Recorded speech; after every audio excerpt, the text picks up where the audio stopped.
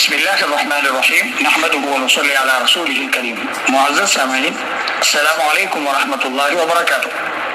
جیسے کہ آپ کو معلوم ہے اور یہ اشہر حرم ہے، جیسے کہ قرآن پاک میں ہے کہ اللہ تبارک و تعالیٰ نے جب سے آسمان و زمین کو پیدا فرمایا ہے تب سے مہینوں کی گنتی 12 ہے، اور ان میں سے 4 احترام والے مہینے ہیں۔ تو یہ احترام والے مہینے اللہ تبارک و تعالیٰ نے فرمایا فَلَا تَظْلِمُوا فِيهِنَّ أَنفُسَكُمْ، ان مہینوں میں اپنے جانوں پہ ظلم مت کیجیے۔ خاص طور پر ان میں سے ذوالحجہ کے جو پہلے 10 دن ہیں ان کی بہت فضیلت ہے۔ رسول اللہ صلی اللہ علیہ وآلہ وسلم نے فرمایا ما من ایام العمل الصالح فیہن احب الی اللہ من هذه الایام العشر، قالوا یا رسول اللہ ولا الجهاد فی سبیل اللہ، قال ولا الجهاد فی سبیل اللہ الا رجل خرج بنفسه وماله ثم لم يرجع من ذلك بشيء، اخرجہ مسلم۔ رسول اللہ صلی اللہ علیہ وسلم نے فرمایا کوئی ایسے دن نہیں کہ اللہ تبارک و تعالیٰ کو ان میں عبادت زیادہ محبوب ہو ما سوا ذوالحج کے ان 10 دنوں کے۔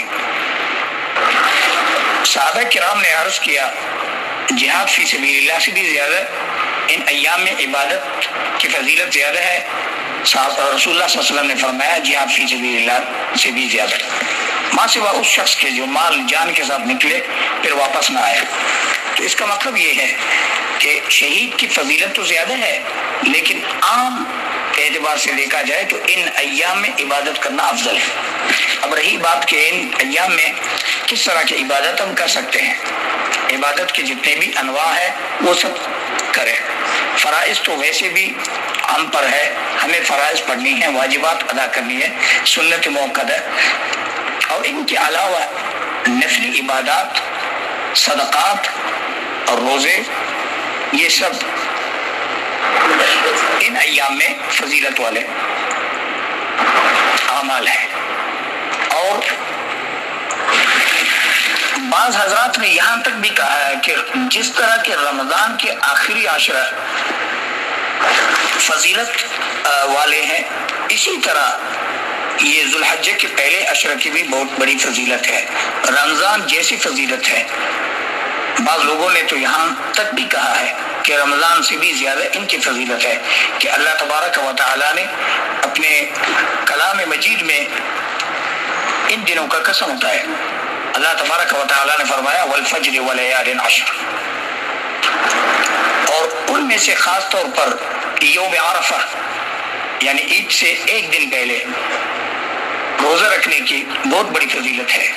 رسول اللہ صلی اللہ علیہ وآلہ وسلم نے فرمایا کہ اللہ پر مجھے امید ہے کہ یہ 2 سال کے گناہوں کا کفارہ ہو، اور ان دنوں میں ہمیں اللہ تبارک و تعالیٰ کی طرف رجوع کر کے خوب دعائیں کرنی چاہیے، اور خاص طور پر یوم عرفہ یعنی عید سے ایک دن پہلے رسول اللہ صلی اللہ علیہ وآلہ وسلم نے فرمایا خیر الدعاء دعاء یوم عرفہ وخیر ما قلت انا والنبیون من قبلی لا الہ الا اللہ وحدہ لا شریک لہ لہ الملک وله الحمد وهو على كل شيء قدیر۔ سب سے بہترین دعا عرفات کے دن کی دعا ہے، اور سب سے بہترین دعا وہ ہے جو میں نے اور مجھ سے پہلے انبیاء نے کہا ہے، وہ یہ ہے لا الہ الا اللہ وحدہ لا شریک لہ لہ الملک وله الحمد وهو على كل شيء قدیر۔ اور ذوالحجہ کے پہلے ایام کے اور بھی احکام اور فضائل ہے، موقع ملا تو ان پر بھی ضرور گفتگو ہوگی۔ اللہ تبارک و تعالی ہمیں عمل کرنے کے توفیق عطا فرمائے۔ صلی اللہ علیہ سیدنا محمد وعلی آلہ وصحبہ اجمعین۔ والسلام علیکم ورحمۃ اللہ وبرکاتہ۔